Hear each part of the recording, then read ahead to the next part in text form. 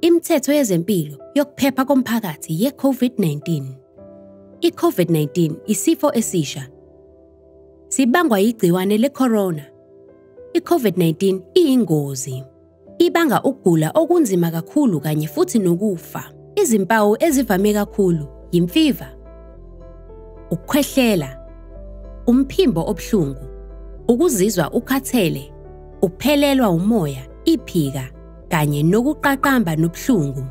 Cela usizo uma ngabe ukhathazekile nge-COVID-19. Igciwane lisatshalaliswa ngabantu abangazi ukuthi bathelelekile. Lena yindlela elisabalala ngayo. Umuntu oyedwa angathelela abantu abangama406 ezinsukwini ezingama30. Indlela eyodwa yokumisa igciwane ukuthi omunye nomunye wethu abambe indima yakhe. Sonke sidinga ukuhlonipha imithetho yezempilo yokuphepha komphakathi ye-COVID-19 eyishumi. Zemboze uma ukhwehlela noma uthimula. Geza izandla zakho. Gcina indawo ekuzungezile eyisikhala esiphephile. Ungabhemi. Gwema ukuba phakathi kwamaqembu amancane noma izixuku eziningi zabantu.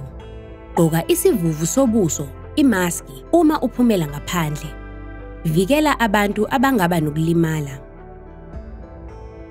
Hlala ekhaya uma ugula.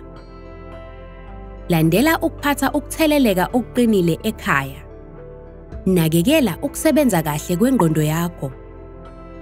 Akuyena wonke umuntu onezimpawu zokugula, kodwa wonke umuntu angayithola aphinde ayisabalalise i-COVID-19. Bamba indima yakho. Landela imithetho yezempilo yokuphepha komphakathi ye-COVID-19 eyishumi.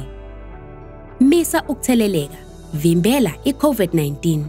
Ezempilo yethu zisezandleni zethu.